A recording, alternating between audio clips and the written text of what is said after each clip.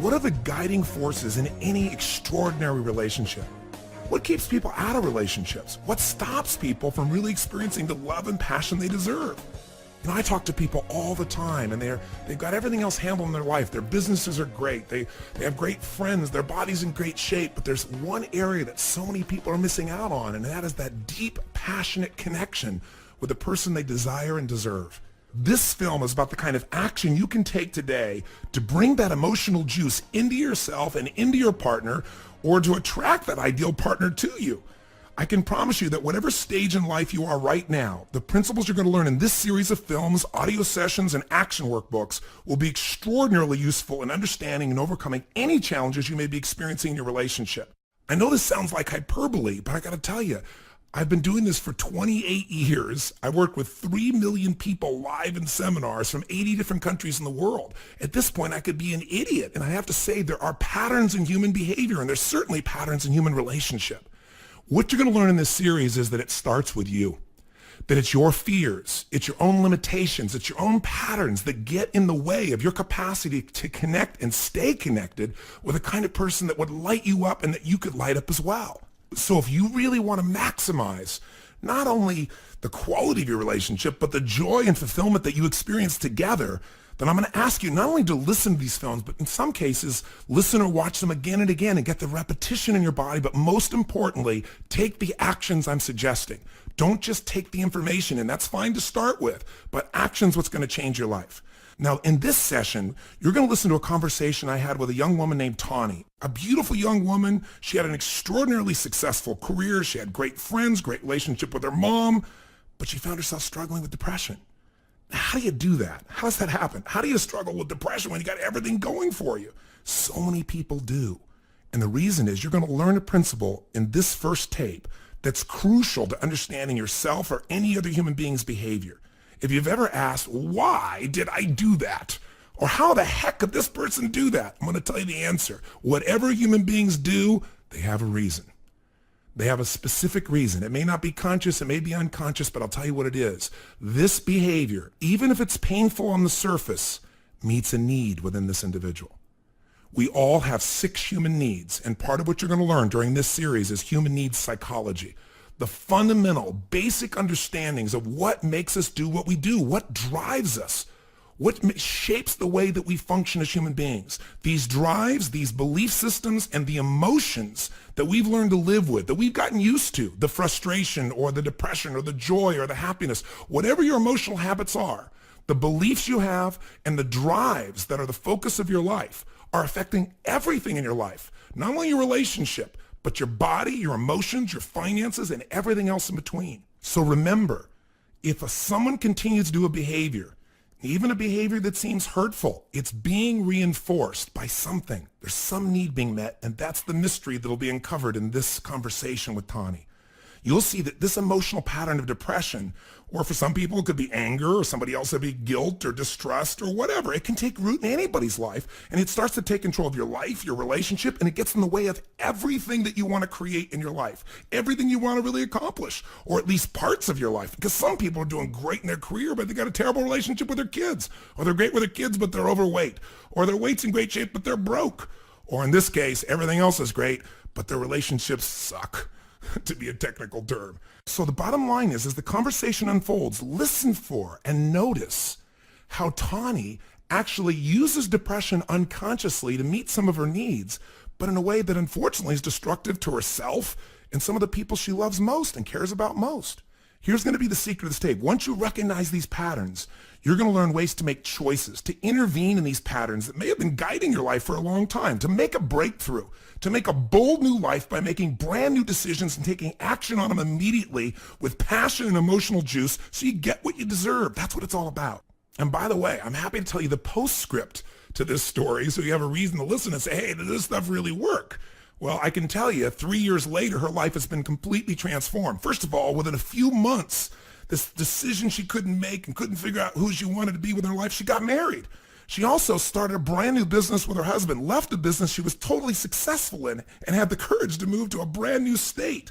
And now, 3 years later, she's on track this year to make over $500,000 a year. Now, the money's not that important, although I'm sure it's nice for her. What's really magnificent is that she's living her dream life with her dream man. A complete transformation like this can happen to anyone when you begin to understand what's driving you, the beliefs that are holding you back, the fears that are controlling you, and the emotions and what you're getting out of them. I mean, this is an opportunity for you, not just to learn about Tawny, but to learn about you, to learn about the people you care about, so you could really make that difference in yourself or anybody else you'd like to make a difference for. I hope you'll listen, I hope you'll take notes, and I hope you'll take action as if you were going to try and teach this or share this with someone you love. My deepest, sincerest desire is that this conversation, this series of conversations and films, the workbooks and actions that are provided that are so simple, can give you the life that you deserve. How this process ideally works is simple.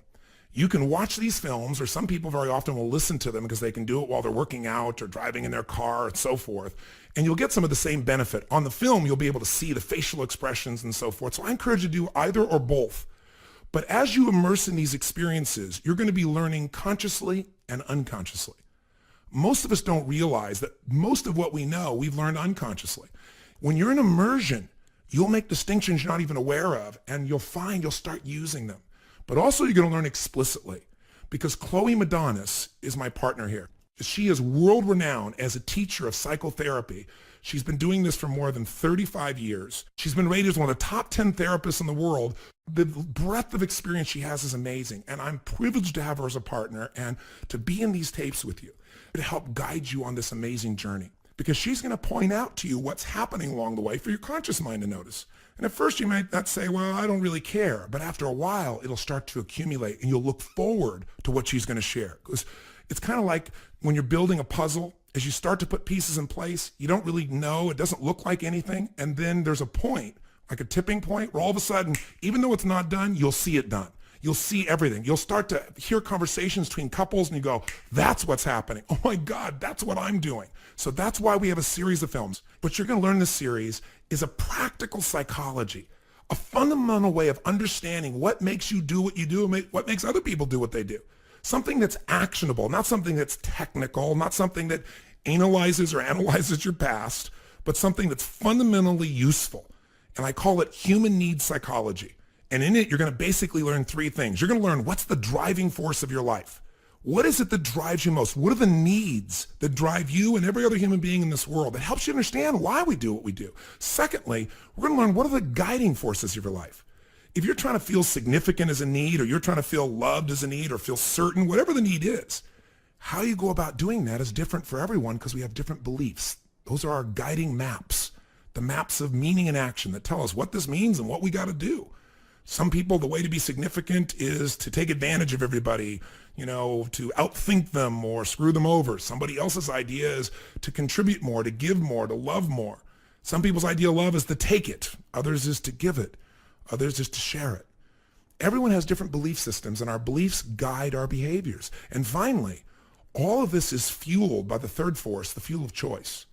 While there are thousands of emotions we could feel, each of us tend to specialize in about a dozen or so, where, people don't feel every emotion every day, every week. They feel pretty much the same group of about a dozen emotions. Half a dozen make them feel good, and half a dozen make them feel bad overall.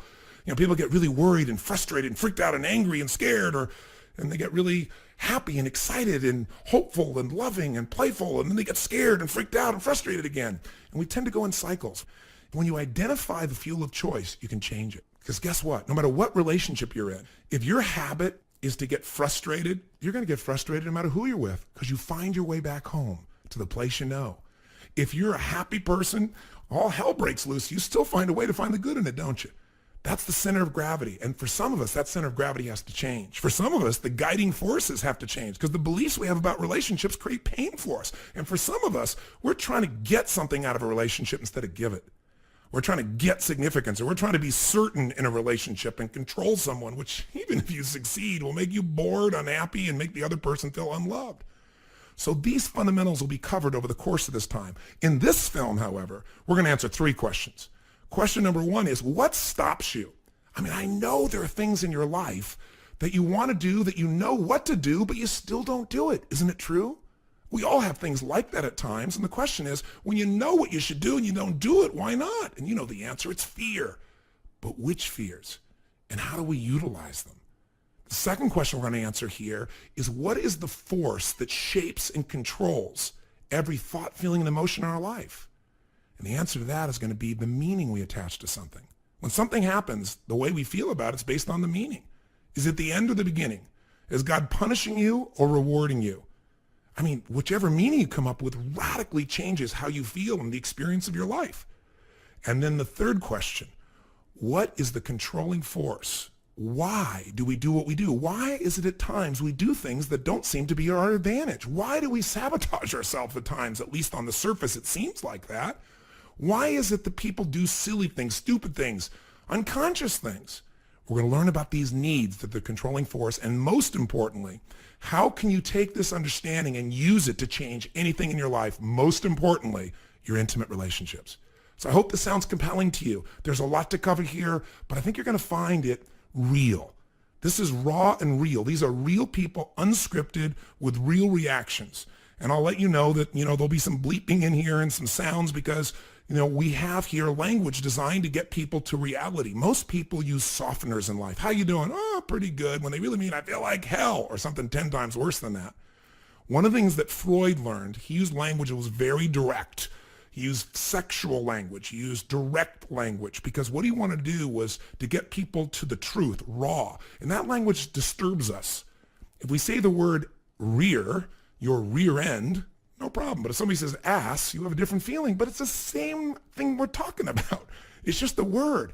But I will use words at times to shock, to disturb, to open somebody up, never to be disrespectful, as I'm sure you'll clearly see, and using these principles based upon the concept of how do you open someone to the truth? How do we get to what's real instead of the cover-ups that we have? Never in a harsh way. So please join me right now and let's experience this film or this audio, however you're going to go about doing it, and let's begin to discover what really drives us. In fact, the answer to 3 questions. What is it that stops us from doing what we know we need to do? What controls and shapes every thought, feeling, and emotion in our life? And why do we do what we do, and how can we change it? Because with the answers to these questions, you can make any relationship magnificent. Let's begin now. What stops us from having the life we want? What is the force that shapes and controls the quality of our lives? Why do we do the things we do? All of us have dreams and desires for our lives, our careers, our families, and our relationships. However, for most of us, it is difficult to experience the happiness we seek. In this film, you will learn about fundamental patterns that drive human behavior and control our relationships. We begin our story with Anthony Robbins speaking at a conference before 3,000 people. In order to show how quickly people can change their emotions, he asks for a show of hands from people who suffer from depression. Tani is an attractive, intelligent young woman who uses depression to get sympathy and love. However, she gets caught up in the idea of being depressed and ends up feeling unhappy and alienating those around her. Using human needs psychology, Robbins will elucidate how Tani's emotional patterns function to bring on suffering. By clarifying these core emotional patterns, Tani is able to develop the self-awareness necessary to avoid using depression and instead to make bold new decisions. Today, she lives a radically different life that makes her proud. Robbins will first demonstrate the principle of the triad. All behaviors, including emotions, are made up of 3 elements working together. Patterns of physiology and posture influence your biochemical state and thus your emotions. Patterns of mental focus determine how you experience the world. And thirdly, patterns of language control the way you express and represent your experience to yourself and to others.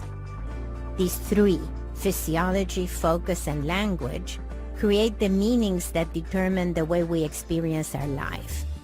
In order to be depressed, a person must assume a certain posture, focus on certain specific things, and use certain specific language patterns that lead to depression. Robbins will begin by asking Tani to deliberately put herself into a state of depression so that the audience can see what patterns of physiology, focus, and language are necessary for her to feel depressed. Okay, where's the lady right here who just raised her hand? I just saw it. Yes, ma'am. Would you stand up for a moment?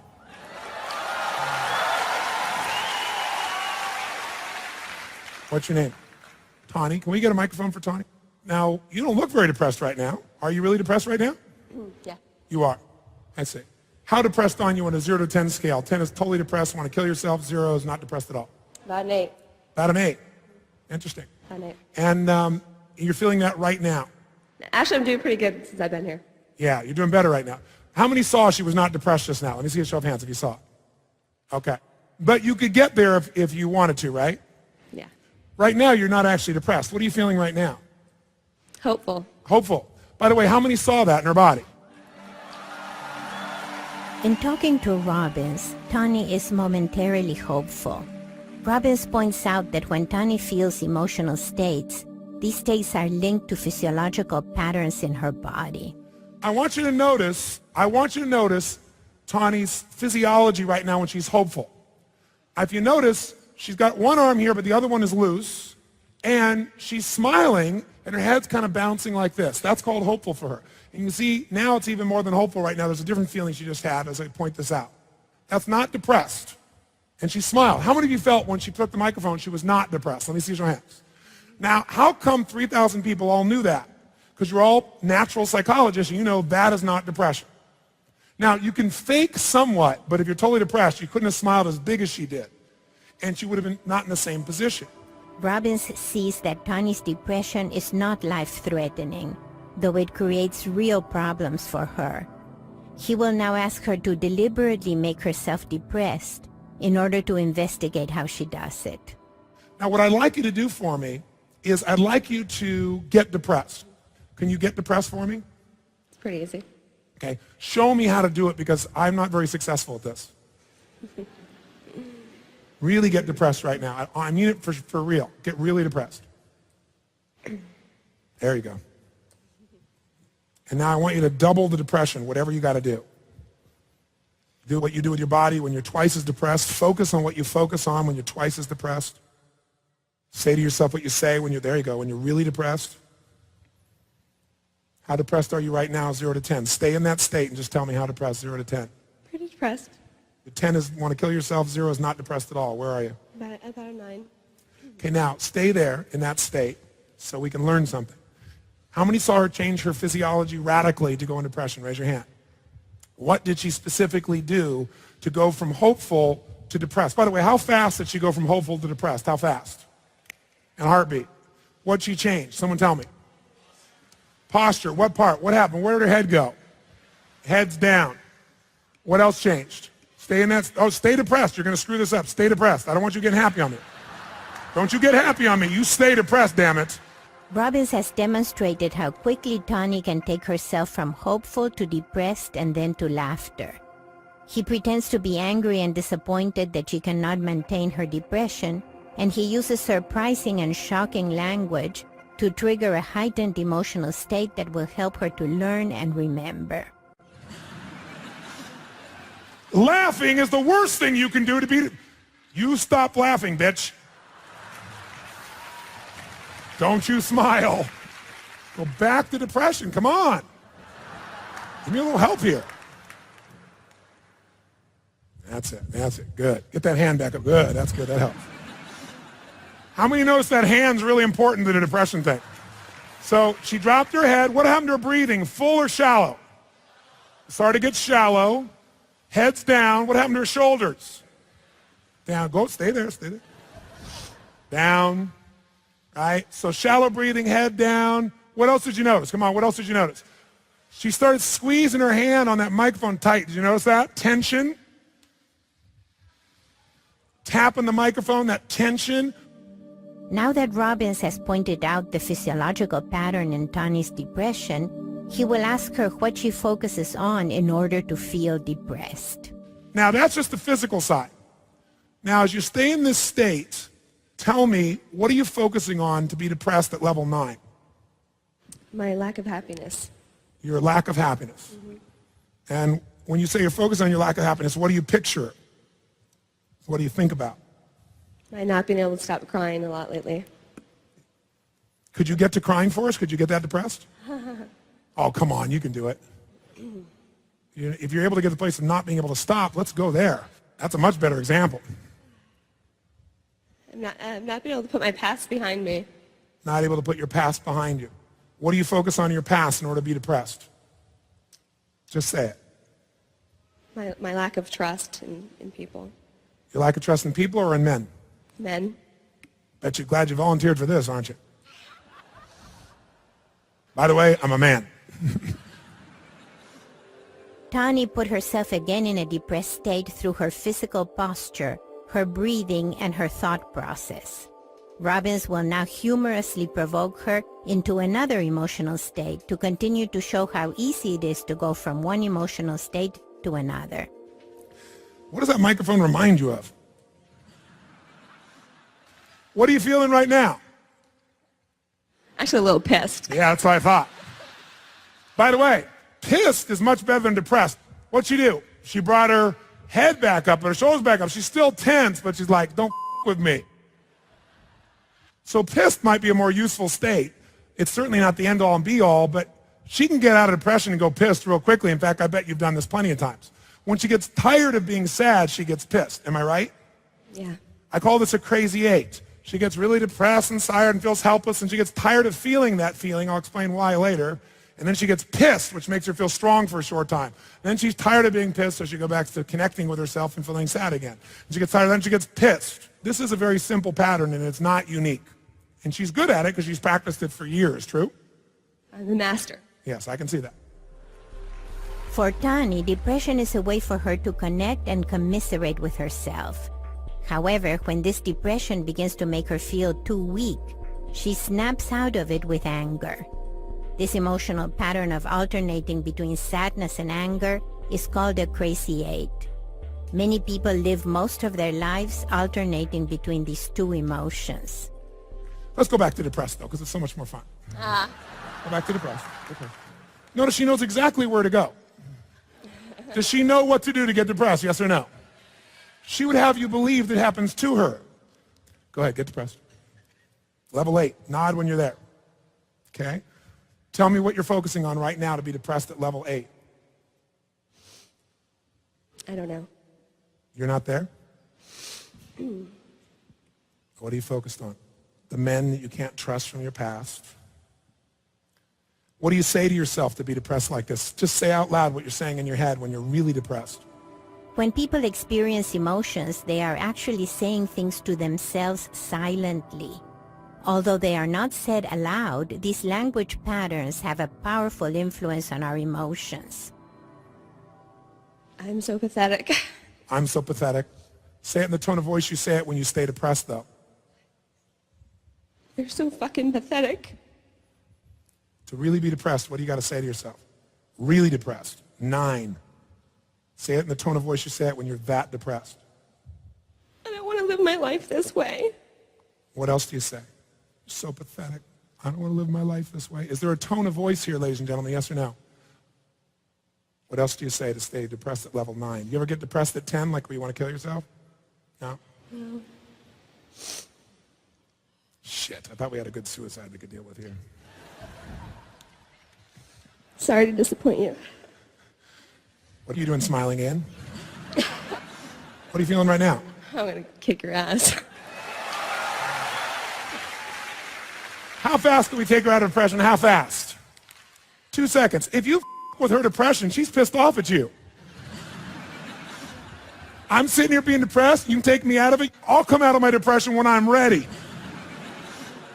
When Robbins surprises her and interferes with her depression, Tani reacts with anger.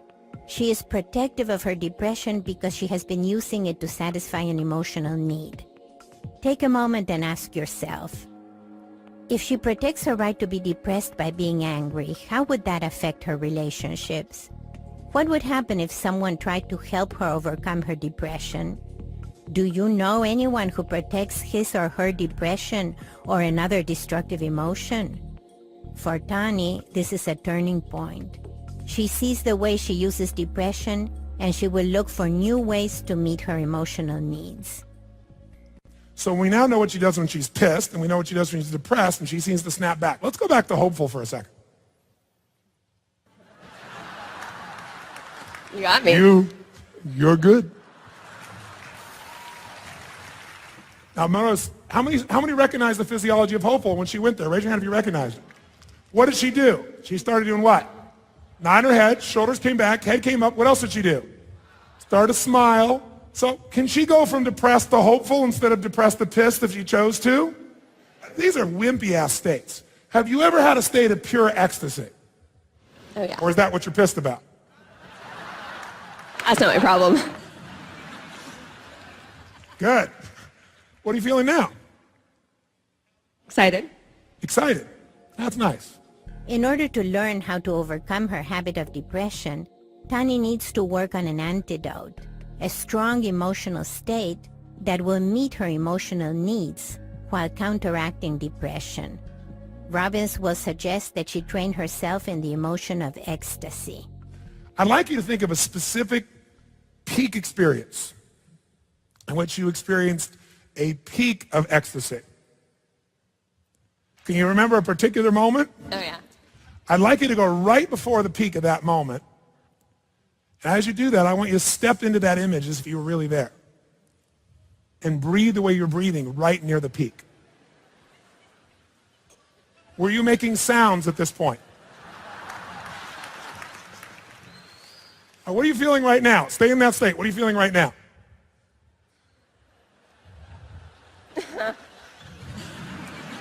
She's feeling so much she can't talk. Now go back to depression. This is better. No, go back to depression. Come on, you've been there for years. Go to depression, come on. You can't put your past behind you. If you can't put your past behind you, in this case, I think that's a very good thing. Because if this was constantly in front of you, imagine the smile that would be on your face all day. Maybe you've been selective about which past to put in front of you or behind you. I know that's true. In conducting his interventions with people, Robbins is following 7 master steps for creating lasting change. First, understand their world.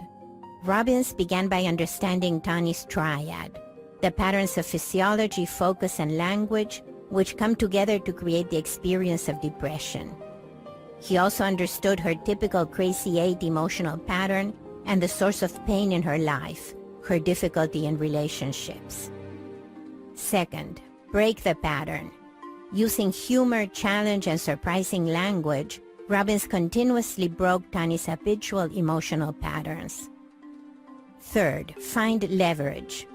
Robbins found leverage by locating what Tani cared about most, her desire for a loving, trusting relationship with a man.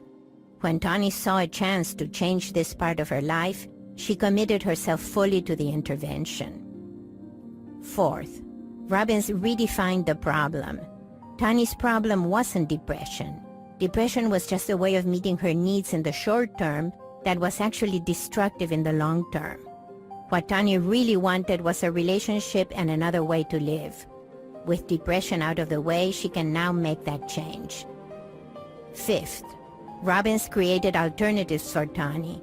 Instead of always spiraling into depression, Tani can learn to access emotions such as ecstasy and hope. The 6th step is condition the new behavior, and the 7th step is to relate the change to a higher purpose. Now Robbins will undertake step 6, to discuss the way Tani has conditioned herself to go into depression and how she can condition herself to make a conscious choice. Does she have the ability to go from depressed to pissed to hopeful or to ecstatic in a matter of seconds, yes or no? Does she have the ability, yes or no? Has she proven to you that she can do them quickly and immediately, yes or no? Then why in the past has she gone to depression when she has all these other choices? Because she's been rewarded for it. Yeah, that's for sure. Is that fair to say? That's why she didn't like me very much when I was showing that it's all a game she's been playing for years. Now, she doesn't just do it consciously. I know you're not a manipulating bitch who's just doing this to get something. True? That's true. There are times when you're doing it consciously. True? That's also true. I appreciate your honesty. First of all, would you give her a big hand for that honesty? It's fantastic.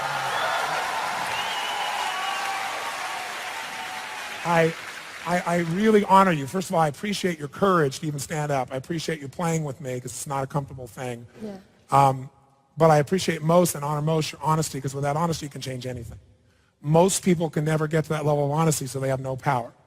And the reason they're most dishonest is with themselves, because it doesn't feel good to say, yeah, I've used this shit at times. But you know you have, and you're honest about it. That means you can change it.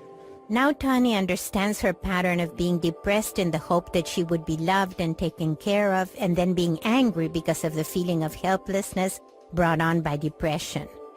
This crazy eight is a common way to resolve our contradictory needs for feeling connected and vulnerable, and for feeling powerful and in control. Now Robbins will move into step 7, relate to a higher purpose. He will show Tani that the radical swings of her crazy eight are not necessary when she is connected to her higher purpose and her true self. But you got to set up a new reward system for yourself. Yeah. The other thing is, you've gotten in the habit of doing it that sometimes you just do it unconsciously now, because you've gotten in this, what I call crazy eight, this loop. And you like the pissed part because it makes you feel powerful. That's true. Because you feel really non-powerful in the other state, which you also like, because you live in a world where women are no longer honored for their feminine. They're all supposed to be men now. So your one way to get feminine is to get broken. And feminine isn't about broken. Feminine's about feeling. But it's not okay for you to feel. So you go there and you've got enough reason to be depressed, and you can feel that, and maybe actually have some people step up and take care of you and honor you, a masculine energy, instead of you always being in control. But you're addicted to that control. And you call pissed off as your way of mobilizing. Now, you mobilize with that pissed off, and it's a useful skill. I know how to do it too. But it's not very feminine, and that doesn't mean you have to be feminine every minute. I know any woman in this room can kick any man's ass in just about anything, business-wise at this stage, as any man can do with any woman. There's no gender bias anymore. And a woman can do anything with a man can do, and do things a man can't do. Like she can have a kid without a man today. So I want you to notice how you're feeling right now. I just saw a really beautiful smile, and it wasn't a forced smile of hopefulness, and it wasn't a smile of you just did something cool. What was that smile that I just saw? Do you remember a moment, just a second ago? Comfort. Comfort. How did that feel? Yeah, it feels good. How would you compare that feeling to depression? There's no comparison. How would you compare it to pissed? Yeah, it doesn't measure. What you just saw in her, if you saw her, was, how many saw that relaxation smile? How many saw that? I'm just curious. What happened is she went home for a few moments when I described what her real nature is like. You're a very feminine woman, but you have trained yourself to kick ass. And out of all the pain you've had, you've gotten really tough. And the tougher you got, the more you've lost your soul. Not your soul, that's not fair to say. The feeling of being connected to your soul. Because you've covered it all up. That's really what's depressed you. But you've gotten addicted to the feeling of getting tough and feeling sad, because the sad is the one time you allow yourself to be feminine, because in the feminine you don't have to control, you just allow it to be. And if you allow it to be long enough, it's going to change anyway if you do nothing. Men think they got to control it and make it happen and do all those things. A woman doesn't have to do that if she's in her natural feminine state. And I'm saying this because you're the only person in this room I'm talking to right now. There are no other men and women that this relates to in this room of 3,000 people. But if they were listening to me right now, they might discover that the greatest happiness in life comes when you get back to your true nature. First of all, I really want to thank you sincerely and honor you. Afterwards, I'm going to ask you to diagnose yourself with what I'm about to share, which is the specific reason why you've really done this, why anyone does anything. And I'd like you to diagnose it, but I really, truly want to honor you, and I hope everyone else will, for your total sincerity and honesty and all that you've shared with us here. Give her a big hand. Robbins asked Tani to show him what she does to get depressed. He then noticed her physiological posture, her pattern of focus, and the language patterns which came together for Tani as the experience of depression. While she was depressed, he provoked her, and she snapped out of her depression with anger. This was Tani's predominant pattern, a crazy eight. She would get depressed in the hope that she would be loved and taken care of, but when she felt weak and helpless, she would get angry to snap out of the depression. In fact, Tani even got angry to protect her right to be depressed. This shows that at some level she holds on to her depression because it satisfies a need for her. As Tani sits down, Robbins will make a presentation on the 6 human needs, specifically gearing his talk to help her understand more deeply how she uses depression to meet her needs. We only do things because at some level, consciously or subconsciously, we believe we will meet one or more of what I call our 6 human needs. I am here to tell you, having been with 3 million people from all over this planet, that while we're all completely diverse in our physiologies, the way we look, think, act, behave, one thing I can tell you for sure, we're hardwired with the same needs. Most people keep their problems because it meets their needs, and it meets their needs without risking their greatest fear. This is a key concept in human needs psychology. We recognize 2 kinds of problems, quality problems and safe problems. Quality problems involve a risky, forward-thinking decision that will often take you to another stage in life. This decision could be something like making a career shift, committing to a relationship, starting a family, or even leaving a relationship or moving. It can also be a risky interpersonal communication that leaves you vulnerable. Telling someone that you love them, confronting someone about an injustice, or asking someone for help. Sometimes quality decisions are simple, like deciding to appreciate yourself and others, or cultivating a feeling of gratitude. Safe problems, on the other hand, are lingering issues which, strictly speaking, lie within our control. Depression, procrastination, hesitation, food and other addictions, blaming others for your troubles, avoiding decisions, or withdrawing from relationships. Safe problems seem safe because they seem to protect us from our fear that if we try and fail, we won't be enough and won't be loved. Of course, in the long run, it is safe problems such as depression and addictions which cause more damage to our bodies, our spirit, and our relationships than risky problems ever do. When people come up against a risky decision that they feel unwilling to make, they will often develop a safe problem that will distract them from making a risky decision. For instance, Tani stood up with a problem of depression, a safe problem that, strictly speaking, lies within her control. Robbins discovered that Tani's greater fear lay in a risky decision, how to trust a man and develop the relationship she wants in life. Most ways to meet your needs, you'd have to take a risk, like start to get in a relationship, and that brings up a big risk. In fact, the primary fear that we are not enough and won't be loved, guess where it shows up more than any other place? In intimate relationship. Because look, that's why most people spend more time at work or with their kids. Because with their kids, they figure, I got this love forever. On the other hand, work, you can control it by your effort, by your focus, by your commitment to do well in work. You have control of that. No control in a relationship. Influence at best, that's what you have. So it's scary as hell for people. I don't care what the situation is. If you don't get your relationship where you want it to be, you're going to be in pain. The first of the 6 human needs, I believe, is the need for certainty. Think of certainty as the ability to avoid pain and the ability to have pleasure. At least to avoid pain, because avoiding pain is the survival instinct. It's hardwired into us to have some level of certainty just to survive. So we need certainty.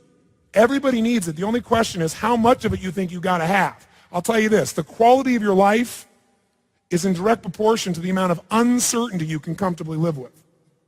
The more uncertainty you can live with, the more you'll try, the more you'll learn, the more alive you'll be. The more you got to be certain about everything, the less you'll have. So in this young lady's case, she really wants certainty that this next relationship won't hurt her. And yet she needs certainty. So how's she going to get it?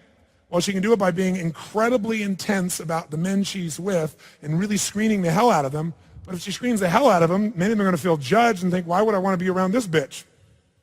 So there's many ways to get certainty.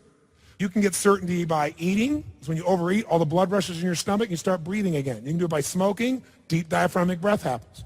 You can do it by drugs. You can do it by just looking at your history and saying, you know what, I've always found a way. Isn't that amazing? And I will again. Just trusting. Based on your history, you've always found the way. You can do it through a spiritual belief. You can do it in positive ways, neutral ways, or destructive ways. Because everybody finds a way to meet their need for certainty. Everyone, even crazy people. Everybody finds a way. The only question is, are you going to find a way that's obtainable or sustainable? Everybody obtains certainty. The question is, can you sustain it? And can you do it in a way that sustains you long term? Take a moment to consider, what are some of the ways that you use to get the feeling of certainty? What do you do with your physiology, eat, sleep, exercise, the way you breathe or stand? What do you do with your focus in order to feel certain? Do you have an empowering belief? Do you focus on your future or your past? What language patterns do you use? Are there phrases you use regularly? If you like, pause the film for a moment and write these down. Now Robbins will explain the second human need, uncertainty. How many of you in this room, tell me honestly, how many of you love surprises? You do say, aye. Bullshit. You like the surprises you want. The surprises you don't want, you call problems. And you don't want those, but you need them because they're the things that make you grow. See, what we need is variety to be alive. We need stimulation. We need the unknown, or we feel dead inside. See, you can get variety by doing drugs, because variety is just a change in state. You can get variety by eating. That's why people get addicted to food, because they can get comfort and variety. Drugs, comfort, and variety. You're all bored or frustrated, you go smoke, and it changes your state. Variety, and you're comfortable. It meets two of my needs. Interesting. You can also get variety in positive ways, like taking on a new challenge, setting a new goal. You can get variety in a conversation. If someone says, life's so boring, man, I go, no, life isn't boring, you're boring.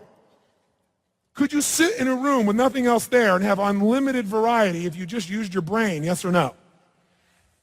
See, variety is available at any moment. Most people value certainty more. That's why their life is so boring. We tend to pick, of these six, we tend to pick one or two that we value more, and it shapes the direction of our life. People that are certainty-driven end up with a very different life than people that are variety-driven. What are some of the ways that you use to meet your need for uncertainty and variety? What do you do with your physiology, with your focus, and with your language? Now Robbins will explain the third human need, significance. Third human need, the need for significance. We all have a need to feel significant, to feel important, to feel special, to feel unique.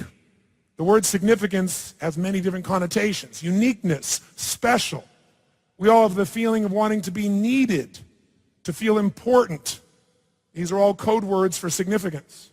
Who has this need? Every human being you're ever going to meet in your life. All of us have it. The only difference is how we go about it. Some people try to be significant by achieving everything. Some people try to be significant by breaking through big problems. Some people get significance by having more earrings in more locations than you'd want to ever describe. Some do it by being unique in their tattoos. Some by having a unique hairstyle. Some people by their style of how they walk or how they talk or their humor. Everybody finds a way to be unique or special or to feel needed or to feel important. It's a human need that everyone has, even those who deny it. You can get significance in a positive way, a neutral way, or a negative way. One of the fastest ways to significance with strangers is violence. If you go up here to the hood, not far from here, and I come up and put a gun to your head, guess what? I am instantly significant. I don't need a college education. I don't need to work at it. I don't do anything. And I am certain you're going to respond to me. I've met two of my needs. And there's variety, because who knows what's going to happen next? It's different every time. By the way, anytime something you do or believe you associate to that meaning at least three of your needs, you become addicted to it. Positive or negative doesn't matter. So if you got a big enough problem, because there's two ways to get significance. Take a huge risk, potentially fail, and look like you're unworthy and worthless and not worthy of love and face your deepest fear on earth, or have a really big problem you can share with everybody. A significant problem that's so bad that you can tell everybody about it, and now you don't ever have to face your fears. And you can feel significant, which is the choice most people make. Think of a problem that you have struggled with or a complaint you have had for an extended time.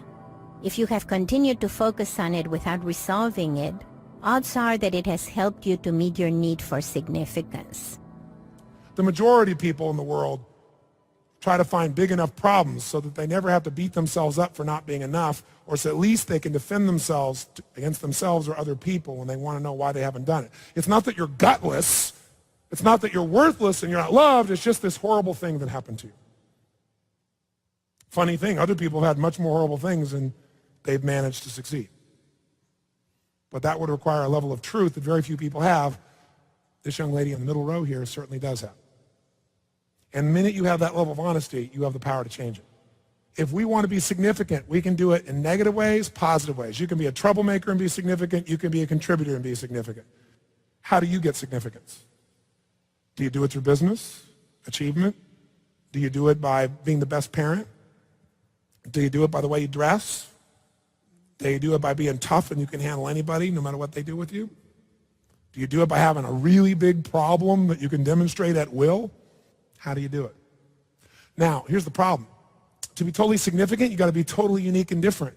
To be totally unique and different violates your fourth human need, one of the deepest ones, the need for connection and love.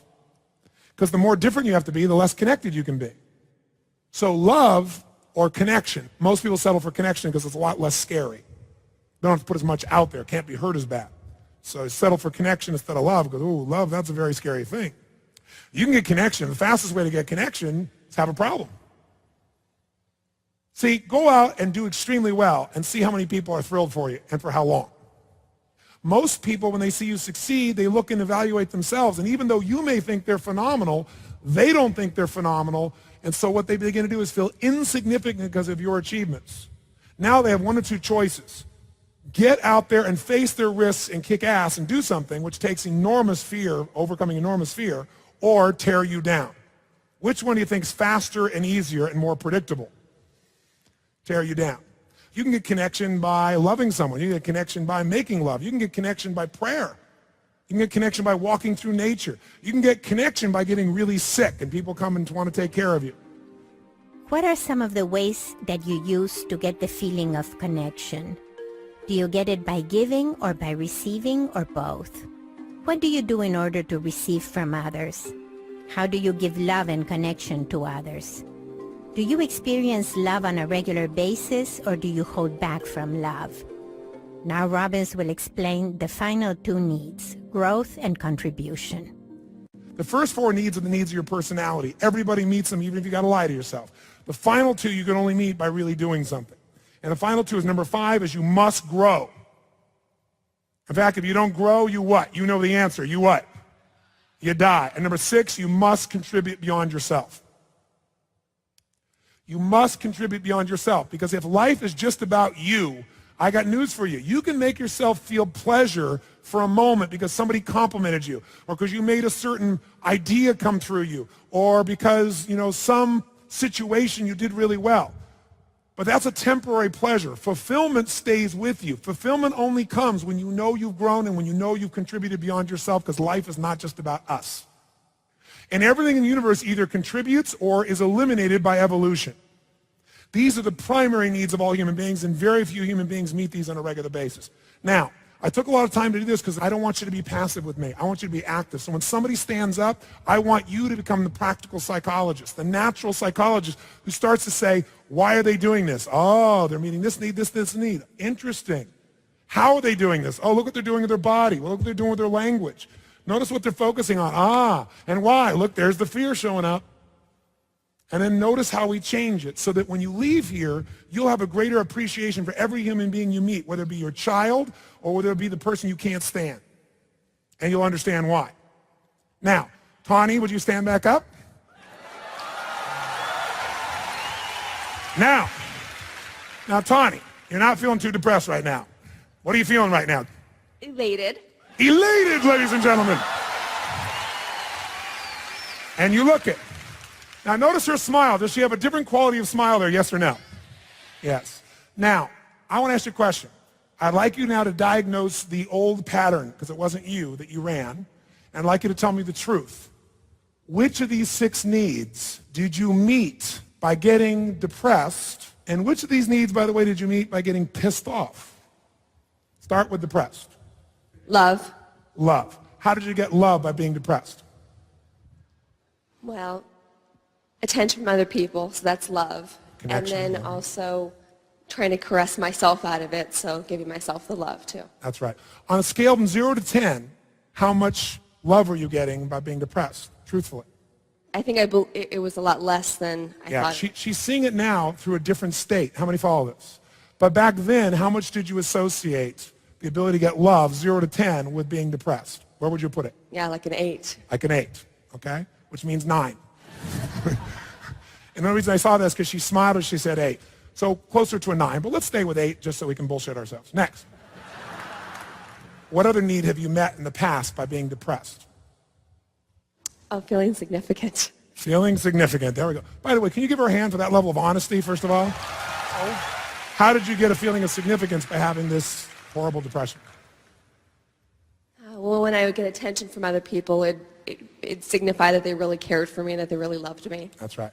So how bad was it? I mean, how significant was this depression? It wasn't measly ass little depression. It's I can't stop crying depression, right? So how difficult, how significant was it, 0 to 10? It was like a 10. A 10. So now we've met her need for love at an 8, really a 9. We met our significance at a 10 by having this problem. What other needs were you meeting by being depressed? Stability. Stability is a big one. Certainty. How certain were you that you could get yourself in that state? A 7. A 7. Okay. And how certain were you that you could be in that state and stay in that state if you wanted to be? 0 to 10. A 10. 10. So she meets her needs for certainty at a 10, her needs for significance at a 10, and love at a 9. Anytime you associate at least 3 elements, you become totally addicted to it. But she doesn't just meet them, she meets them at 9s and 10s. If you met them at 5s and 6s, you'd get addicted, but 9s and 10s, it's a total addiction. If we don't go any further, how many can see why, even though she could feel total ecstasy, joy, happiness, hopefulness, love at will just as quickly, how many can see why she was always depressed? Because it was a way of meeting her at an addictive level. Any other needs you're meeting by getting in this state of depression? Things are going a certain way over and over, day after day, a certain way. What could you do when you got depressed? Oh, the rush. Yes, the rush of depression. Did you guys hear this? What is that rush? Of feeling all your feelings, right? Feelings you weren't feeling before, which is known as variety. Uncertainty. 0 to 10, how much of a rush? Oh, I could go to a 10. 10. So why would she be happy when she's got this unhappiness thing working so well? She gets connection and love, she has significance, and she doesn't have to do anything, doesn't have to take any risks, doesn't have to face anything, doesn't have to create anything. She can have a total rush in her body. In fact, she can rush herself to the point she can cry uncontrollably, which means really feel again and feel the feminine side of herself, which is allow herself to just feel. But then that's not very acceptable to stay in that state long term because people will get tired of you whining ass all the time. So you need another weapon to show people that you're not just some wuss and that you're to be reckoned with, because after a while she gets tired of feeling that sad feelings. After a while it feels insignificant, doesn't it? And weak. So then we snap into significant feelings that come from being pissy and intense. I'll whip your ass. Or what was the term you gave me earlier? Something like I'll kick your ass. I'll kick your ass. Yeah, something like I'll kick your ass. That wasn't the first time you've ever used that phrase, was it? No. I like that one. Yeah, use it a lot. So now what we do is we whip ourselves into this state, and which needs do you meet by being in the state of I'll kick your ass? Well, probably all of those too. Yes. Take a moment to review some of your typical ways of meeting your needs. Is there a problem that stands out above everything else? Is it a quality problem, a risky decision that will create progress in your life and the lives of others? Or is it a lingering, safe problem that relieves you from making a risky decision? Significance at 0 to 10. When you're pissed off, how certain do you feel in your body on a 0 to 10, everybody? How certain? 10. When you're pissed off, people tend to respond to you even if they don't like you. How significant do you feel? 10. And by the way, you get connection with people. You don't get love, but you get connection with people. So now you got 3 of them met instantaneously. That's why most people are so angry all the time, because it's their addiction to try to feel significant when they feel insignificant. So one way to battle your own fear that you're not enough is get pissed off at something or someone or everyone else. So now the only hope for you as a solution, besides awareness, is to humiliate yourself if you go into those places by realizing I'm being a bitch. And what I'm doing is stealing from my friends by creating a problem that I totally could shift this fast. They don't deserve that, and I'm not going to do that to my own spirit. And then it's to find some new ways to do it, like ways like feeling this hopefulness or this happiness or this elation by realizing I am growing. And because I'm growing, I can pass this on to my sisterhood or my brotherhood or my children. I can grow and I can contribute, and that's where you'll be euphoric. Because the feelings you're having today are only so good. They only last so long. What will really last is when it becomes not about you, when it becomes outside yourself and you, when all of it's fulfilled. But the place that'll get you back is when you get around men. Because they're going to do shit to be significant. It's going to piss you off because you know you're significant. And you're not going to want to feel insignificant. Who here can relate to this at some level? Let me see a show of hands. Very nice. Give her a big hand. Thank you very much.